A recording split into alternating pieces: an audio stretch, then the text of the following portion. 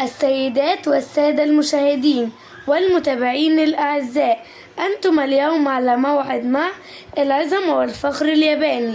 بعد طول انتظار جايين النهاردة نتكلم عن الموسم الثاني من انمي كايجو رقم 8.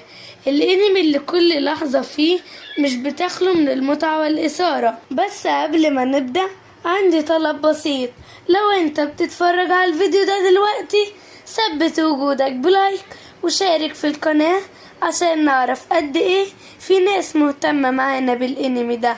والاهم من كده صلوا على النبي عليه افضل الصلاة. كافكا بيفوق من الصدمة وبيكتشف انه اتحول لشكل الكايجو. الجنود بيفتحوا النار عليه بأمر من مينا، لكن بيرد عليهم بأشعة ليزر بتفجر الطيارات اللي فوقه، وبعدها بيتحول لشكل ضخم زي غودزيلا، وتتجمع طاقة مرعبة حوالين جسمه لحد ما المدينة كلها بتنفجر. وهنا بيصحى كافكا من النوم مفزوع.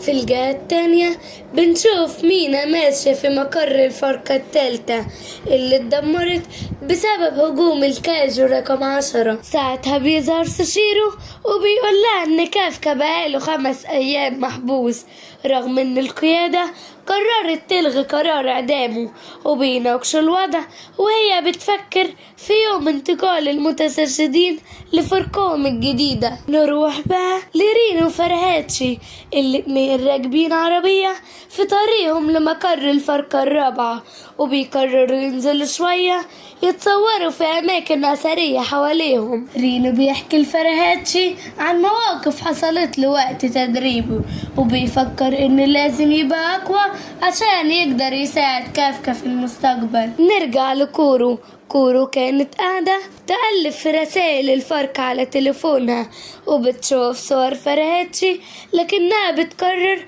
تركز في تدريبها عشان تقوي نفسها.